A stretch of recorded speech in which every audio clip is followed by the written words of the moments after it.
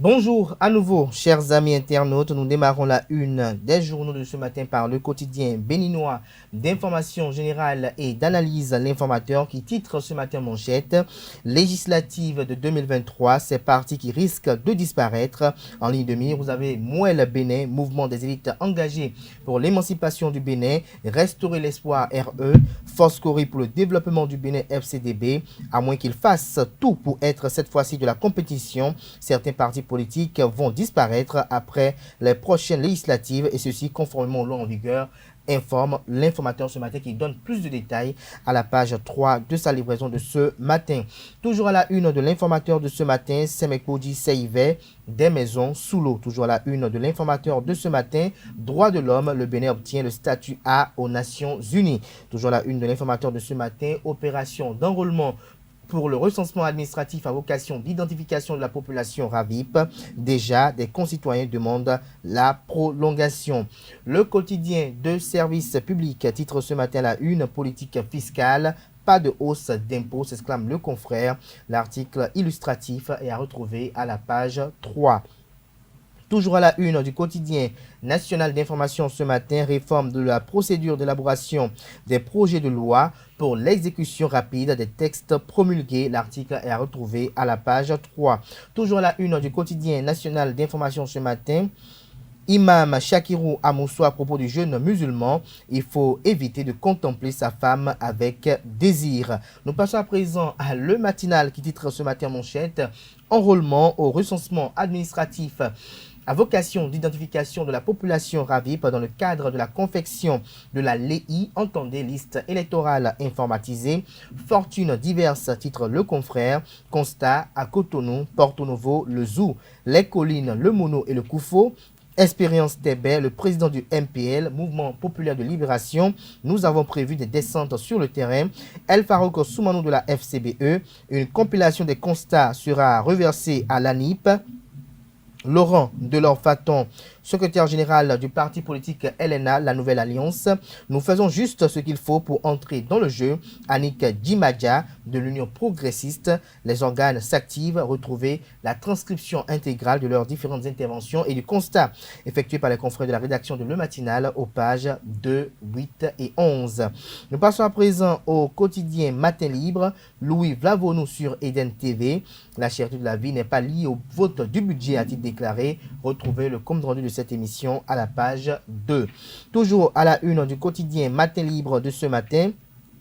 Après la décision du gouvernement, pourquoi le ciment peut être vendu à 75 000 francs CFA?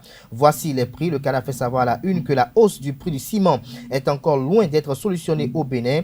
En sa séance du Conseil des ministres du mercredi 23 mars 2022, le gouvernement a adopté des mesures de soutien aux populations face à la flambée des prix de certains produits de grande consommation, dont le ciment. Selon le gouvernement, les prix de sortie d'usine du ciment n'ont pas fait l'objet d'augmentation. Le prix de la tonne aux consommateurs est plafonné par le gouvernement comme suit: Cotonou Atlantique Littoral, 75 000 francs CFA, Porto Novo Ouimet Plateau, 114 000 francs CFA, Komé Monokoufo, 77 000 francs CFA, Parakou Borgou, 82 000 francs CFA, Djougou Donga, 82 000 francs CFA, Natitengou Atakora, 85 000 francs CFA, Kandi Alibori, 85 000 francs CFA, Malanville Alibori, 90 000 francs CFA, Boyikon Zou, 114 500 francs CFA, Dassa Zoumé Colline, 17 000 francs CFA. Seulement la réalité sur le terrain demeure tout autre. El Hadj A.M. est propriétaire de dépôt de ciment à Papa et il avoue être prêt à se conformer au prix fixé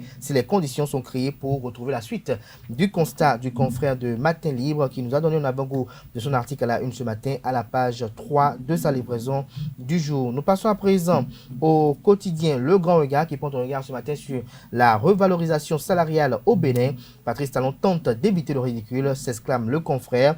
Annoncé dans l'euphorie du nouvel an qui s'annonçait, la revalorisation salariale au Bénin est toujours en pleine étude alors qu'elle était attendue pour les tout premiers jours de l'an 2022 qui vient d'éponger ces 3 premiers mois. Elle continue de faire l'objet de préoccupations au niveau du chef de l'État Patrice Talon. Selon les dernières explications du ministre d'État en charge de l'économie et des finances, Romuald Wadaï, Il y a des raisons suffisantes qui expliquent le temps qui écoule entre l'annonce faite par le chef de l'État et la concrétisation de la promesse. Nous passons à présent au quotidien Le Grand Jury, mais avant découvrons un autre titre à la une du quotidien Le Grand Regard de ce matin, profitant du jeune chrétien et musulman, Soglo fortifie Joël Aïvor et Rikia Madougou. Le Grand Jury à la une ce matin, semaine de l'énergie électrique au Bénin. Le directeur général de la CEB, Karimou Chabissika, dénonce l'incivisme et annonce des innovations. Dabarou à la une ce matin, hausse des prix des produits au Bénin.